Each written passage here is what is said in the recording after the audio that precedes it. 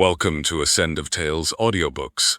Before we begin, be sure to like, subscribe, and tap the notification bell so you never miss a step in the world's most intriguing mysteries and detective classics.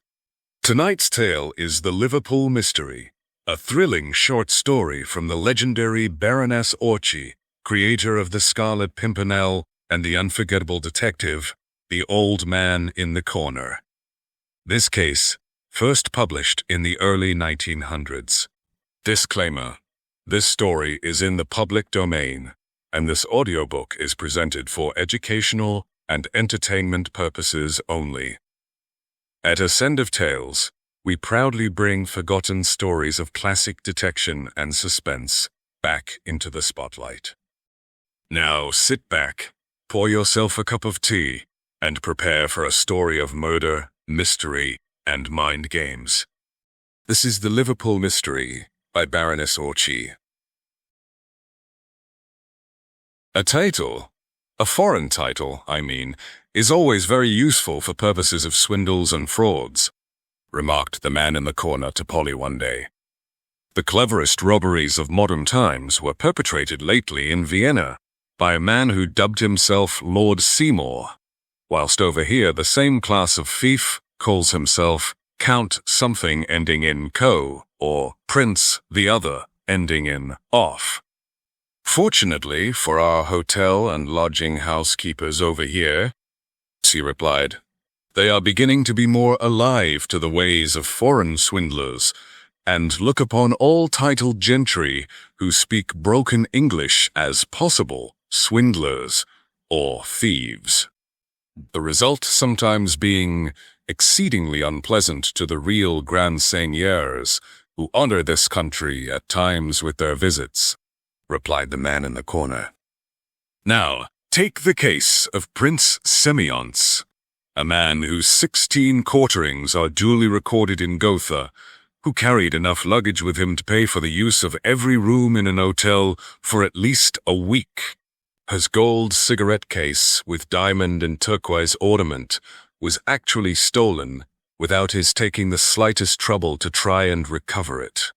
That same man was undoubtedly looked upon with suspicion by the manager of the Liverpool Northwestern Hotel from the moment that his secretary, a dapper, somewhat vulgar little Frenchman, bespoke on behalf of his employer, with himself and a valet, the best suite of rooms the hotel contained. Obviously, those suspicions were unfounded, for the little secretary, as soon as Prince Semionce had arrived, deposited with the manager a pile of banknotes, also papers and bonds, the value of which would exceed tenfold the most outrageous bill that could possibly be placed before the noble visitor. Moreover, Albert Lambert explained that the prince, who only meant to stay in Liverpool a few days, was on his way to Chicago, where he wished to visit Princess Anna Semioncitz, his sister, who was married to Mr. Giron, the great copper king and multi-millionaire. Yet, as I told you before, in spite of all these undoubted securities, suspicion of the wealthy Russian prince lurked in the minds of most Liverpudlians who came in business contact with him. He had been at the Northwestern 2 days when he sent his secretary to Windle and Vassall, the jewelers of Bold Street, with a request that they would kindly send a representative round to the hotel with some nice pieces of jewelry, diamonds and pearls chiefly, which he was desirous of taking as a present to his sister in Chicago. Mr. Winslow took the order from M.C. Albert with a pleasant bow. Then he went to his inner office and consulted with his partner, Mr. Vassall, as to the best course to adopt. Both the gentlemen were desirous of doing business, for business had been very slack lately. Neither wished to refuse a possible customer, or to offend Mr. Pettit, the manager of the Northwestern, who had recommended them to the prince. But that foreign title, and the vulgar little French secretary, stuck in the throats of the two pompous and worthy Liverpool jewelers, and together they agreed, firstly, that no credit should be given, and, secondly, that if a cheque or even a banker's draft were tendered, the jewels were not to be given up until that cheque or draft was cashed. Then came the question as to who should take the jewels to the hotel. It was altogether against business etiquette for the senior partners to do such errands themselves. Moreover, it was thought that it would be easier for a clerk to explain, without giving undue offense, that he could not take the responsibility of a cheque or draft without having cashed it previously to giving up the jewels. Then there was the question of the probable necessity of conferring in a foreign tongue. The head assistant, Charles Needham, who had been in the employ of Winslow and Vassall for over 12 years, was, in true British fashion, ignorant of any language save his own. It was therefore decided to dispatch Mr. Schwartz, a young German clerk lately arrived, on the delicate errand. Mr. Schwartz was Mr. Winslow's nephew and godson, a sister of that gentleman, having married the head of the great German firm of Schwartz & Co., silversmiths of Hamburg and Berlin. The young man had soon become a great favorite with his uncle, whose heir he would presumably be, as Mr. Winslow had no children. At first Mr. Vassall made some demur about sending Mr. Schwartz with so many valuable jewels alone in a city which he had not yet had the time to study thoroughly. But finally, he allowed himself to be persuaded by his senior partner, and a fine selection of necklaces, pendants, bracelets, and rings, amounting in value to over £6,000, having been made, it was decided that Mr. Schwartz should go to the Northwestern in a cab the next day at about 3 o'clock in the afternoon. This he accordingly did, the following day being a Thursday. Business went on in the shop as usual, under the direction of the head assistant, until about 7 o'clock, when Mr. Winslow returned from his club, where he usually spent an hour over the papers every afternoon, and at once asked for his nephew. To his astonishment, Mr. Needham informed him that Mr. Schwartz had not yet returned. This seemed a little strange, and Mr. Winslow, with a slightly anxious look in his face, went into the inner office in order to consult his junior partner. Mr. Vassall offered to go round to the hotel and interview Mr. Pettit. I was beginning to get anxious myself, he said, but did not quite like to say so. I have been in over half an hour, hoping every moment that you would come in, and that perhaps you could give me some reassuring news. I thought that perhaps you had met Mr. Schwartz and were coming back together. However, Mr. Vassall walked around to the hotel and interviewed the hall porter. The latter perfectly well remembered Mr. Schwartz sending in his card to Prince Semyonitz. At what time was that? Asked Mr. Vassall. About 10 minutes past 3, sir, when he came. It was about an hour later when he left. When he left? Gasped. More than said Mr. Vassall. Yes, sir. Mr. Schwartz left here about 4:15, sir. Are you quite sure? Mr. Pettit was in the hall when he left, and he asked him something about business. Mr. Schwartz laughed and said, Not bad. I hope there's nothing wrong, sir, added the man. Oh, nothing, thank you. Can I see Mr. Pettit? Certainly, sir. Mr. Pettit, the manager of the hotel, shared Mr. Vassall's anxiety. Immediately he heard that the young German had not yet returned home. I spoke to him a little before 4 o'clock.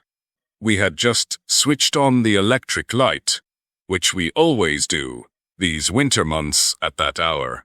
But I shouldn't worry myself, Mr. Vassall. The young man may have seen to some business on his way home. You'll probably find him in when you go back." Apparently, somewhat reassured, Mr. Vassall thanked Mr. Pettit and hurried back to the shop, only to find that Mr. Schwartz had not returned, though it was now close on 8 o'clock.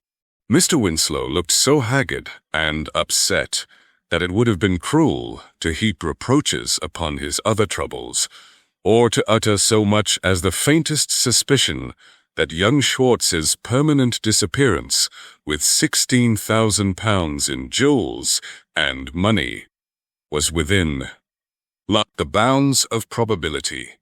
There was one chance left, but under the circumstances a very slight one indeed. The Winslows' private house was up the Birkenhead end of the town.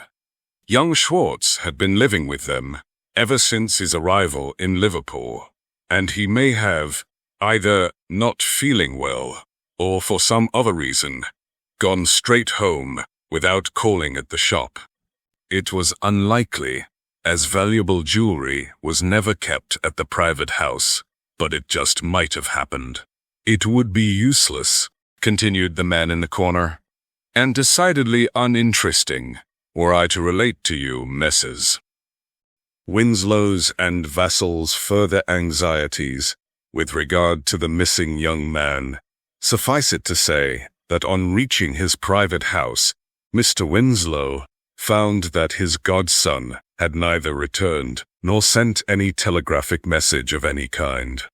Not wishing to needlessly alarm his wife, Mr. Winslow made an attempt at eating his dinner, but directly after that, he hurried back to the Northwestern Hotel and asked to see Prince Semyon's. The prince was at the theater with his secretary, and probably would not be home until nearly midnight. Mr. Winslow then, not knowing quite what to think, nor yet what to fear, and despite the horror he felt at giving publicity to his nephew's disappearance, felt it his duty to go round to the police station and interview the inspector. It is wonderful how quickly news of that type travels in a large city such as Liverpool. Already the morning papers of the following day were full of the latest sensation: mysterious disappearance of a well-known tradesman. Mr. Winslow found a copy of the paper containing the sensational announcement on his breakfast table. It lay side by side with a letter addressed to him in his nephew's handwriting, which had been posted in Liverpool. Mr. Winslow placed that letter, written to him by his nephew, into the hands of the police. Its contents, therefore, quickly became public property. The astounding statements made therein by Mr. Schwartz created, in quiet, businesslike Liverpool, a sensation which has seldom been equalled. It appears that the young fellow did call on Prince Semyonix at 3:15 on Wednesday, December the 10th, with a bag full of jewels, amounting in value to some £16,000. The prince duly admired and finally selected from among the ornaments a necklace, pendant, and bracelet, the whole being priced by Mr. Schwartz, according to his instructions, at £10,500. Prince Semyonix was most prompt and businesslike in his dealings. "You will require immediate payment for these, of course," he said in perfect English. "And I know you businessmen prefer solid cash to checks, especially when dealing with foreigners. I always provide myself with plenty of England notes in consequence," he added with a pleasant smile, "as £10,000, 500 in gold, would perhaps be a little inconvenient to carry. If you will kindly make out the receipt, my secretary, M. Lambert will settle all business matters with you." He thereupon took the jewels he had selected and locked them up in his dressing case, the beautiful silver fillings of which Mr. Schwartz just caught a short glimpse of. Then, having been accommodated with paper and ink, the young jeweller made out the account and receipt, whilst M. Lambert, the secretary, counted out before him 105 crisp Bank of England notes of £100 each. Then, with a final bow to his exceedingly urbane and eminently satisfactory customer, Mr. Schwartz took his leave. In the hall, he saw and spoke to Mr. Pettit, and then he went out into the street. He had just left the hotel and was about to cross towards St. George's Hall when a gentleman in a magnificent fur coat stepped quickly out of a cab which had been stationed near the curb and, touching him lightly upon the shoulder, said with an unmistakable air of authority, at the same time handing him a card, "That is my name. I must speak with you immediately." Schwartz glanced at the card, and by the light of the arc lamps above his head, read on it the name of Dmitri Slaviansky Bergrenif, de la 3e section de la police impériale de Saint-Lissard. Quickly, the owner of the unpronounceable name and the significant title pointed to the cab from which he had just alighted, and Schwartz, whose every suspicion with regard to his princely customer bristled up in one moment, clutched his bag and followed his imposing interlocutor. As soon as they were both comfortably seated in the cab, the latter began, with courteous apology in broken but fluent English. "I must ask your pardon, sir, for thus trespassing upon your valuable time, and I certainly should not have done so, but for the certainty that our interests, in a certain matter which I have in hand, are practically identical, insofar that we both should wish to outwit a clever rogue." Instinctively, and his mind full of terrible apprehension, Mr. Schwartz's hand wandered to his pocketbook, filled to overflowing with the banknotes which he had so lately received from the prince. "Ah, I see," interposed the courteous Russian with a smile. "He has played the confidence trick on you, with the usual addition of so many so-called banknotes." "So-called," gasped the unfortunate young man. "I don't think I often err in my estimate of my own countrymen," continued my Bergrenef. "I have vast experience, you must remember. Therefore, I doubt if I am doing, what does he call himself? Prince something. An injustice, if I assert, even without handling those crisp bits of paper you have in your pocket-book, that no bank would exchange them for gold." Remembering his uncle's suspicions and his own, Mr. Schwartz cursed himself for his blindness and folly in accepting notes so easily without for a moment imagining that they might be false. Now, with every one of those suspicions fully on the alert, he felt the bits of paper with nervous, anxious fingers, while the imperturbable Russian calmly struck a match. "See here," he said, pointing to one of the notes, "the shape of that W in the signature of the chief cashier. I am not an English police officer, but I could pick out that spurious W among 1,000 genuine ones. You see, I have seen a good many." Now, of course, poor young Schwartz had not seen very many Bank of England notes. He could not have told whether one W in Mr. Bowen's signature is better than another, but, though he did not speak English nearly as fluently as his pompous interlocutor, he understood every word of the appalling statement the latter had just made. "Then that prince," he said, "at the hotel, is no more prince than you and I, my dear sir," concluded the gentleman of His Imperial Majesty's Police, calmly. "And the jewels? Mr. Winslow's jewels? With the jewels there may be a chance. Oh, a mere chance. These forged banknotes, which you accepted so trustfully, may prove the means of recovering your property." "How?" "The penalty of forging and circulating spurious banknotes is very heavy. You know that. The fear of 7 years penal servitude will act as a wonderful sedative upon the, prince's joyful mood. He will give up the jewels to ye all right enough. Never you fear. He knows, added the Russian officer grimly, that there are plenty of old scores to settle up, without the additional one of forged banknotes. Our interests, you see, are identical. May I rely on your cooperation? Oh, I will do as you wish, said the delighted young German. Mr. Winslow and Mr. Vassal, they trusted me, and I have been such a fool. I hope it is not too late. I think not, said Monsieur Bourgreneff, his hand already on the door of the cab. Though I have been talking to you, I have kept an eye on the hotel, and our friend the prince has not yet gone out. We are accustomed, you know, to have eyes everywhere, we of the Russian secret police. I don't think that I will ask you to be present at the confrontation. Perhaps you will wait for me in the cab.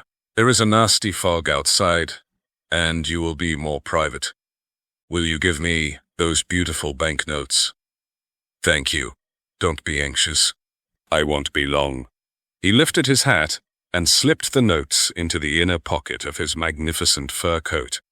As he did so, Mr. Schwartz caught sight of a rich uniform and a wide sash, which no doubt was destined to carry additional moral weight with the clever rogue upstairs. Then His Imperial Majesty's police officer stepped quickly out of the cab, and Mr. Schwartz was left alone. Thank you for joining us here at Ascend of Tales Audiobooks. We hope you enjoyed the Liverpool Mystery, a perfect blend of sharp reasoning and quiet suspense.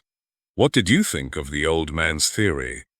But Steve, share your thoughts and deductions in the comments below. If you enjoyed this classic mystery, please like, subscribe, and share it with fellow fans of detective fiction. Your support helps us bring even more forgotten gems to light. More tales of hidden motives, brilliant minds, and twisted truths are coming soon.